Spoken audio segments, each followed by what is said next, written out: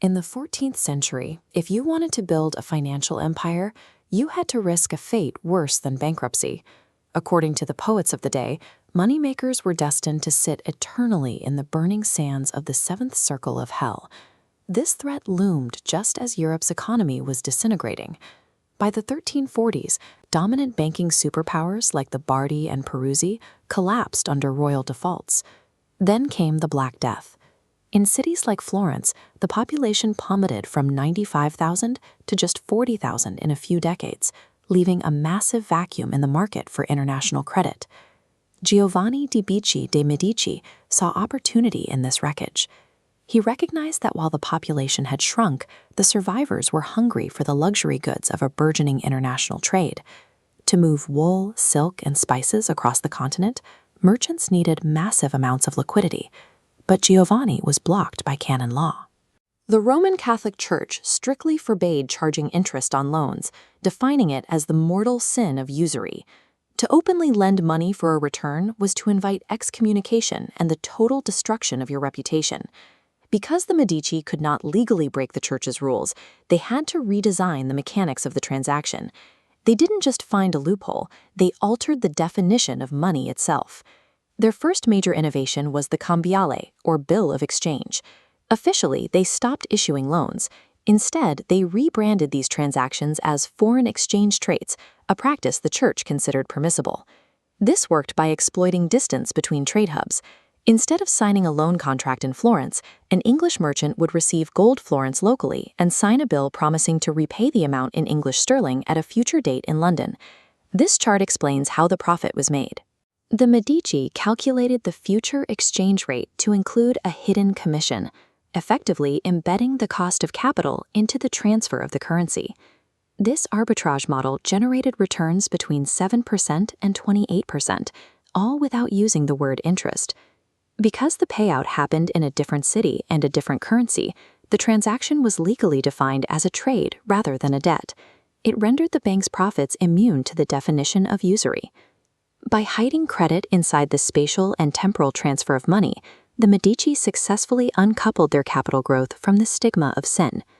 Managing these complex multi-currency trades across a dozen different countries required a level of data precision that the Middle Ages had never seen.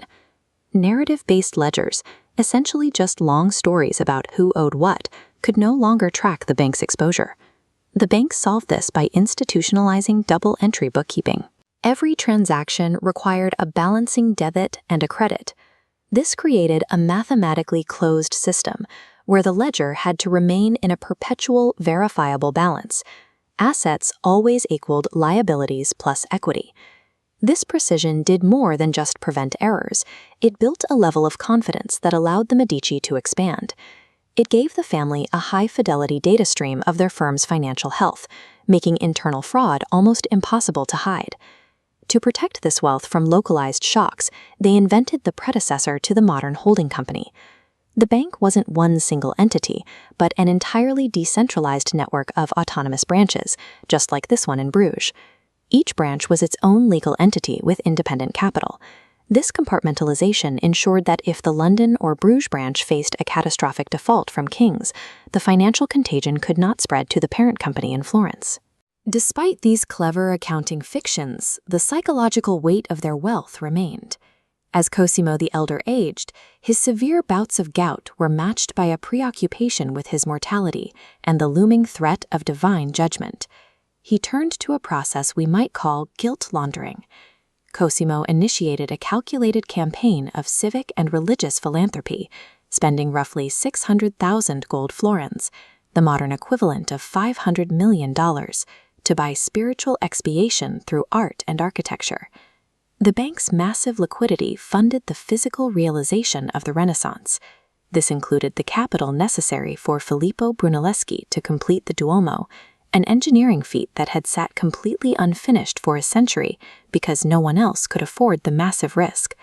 By funding defining minds of the age, the Medici shed the toxic stigma of the moneylender.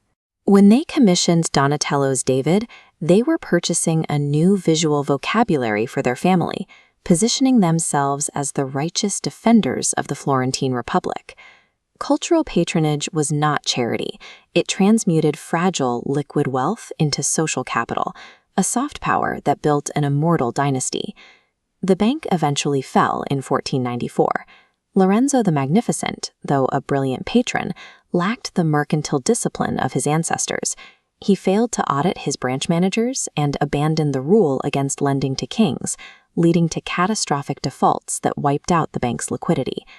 While the physical institution dissolved, the technologies they mainstreamed were now embedded in the global economy.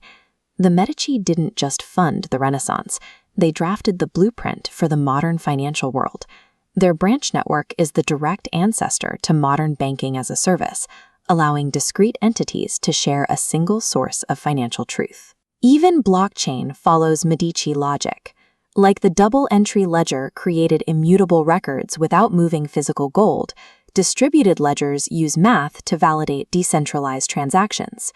By hacking the rigid dogmas of their time to survive, the Medici did more than build a bank. They wrote the structural blueprint upon which the entire modern global economy now operates.